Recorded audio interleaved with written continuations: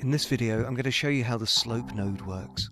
It's a generator that creates a simple slope on our terrain, either by specifying the minimum and maximum height values, and if I have the same value in both boxes I can create a constant, or by adjusting the slope angle.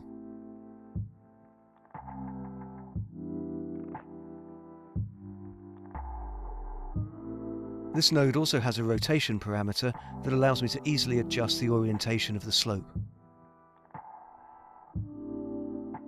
Let's see the slope node in a graph a little more complex. And you can see the wide variation that it allows me to achieve.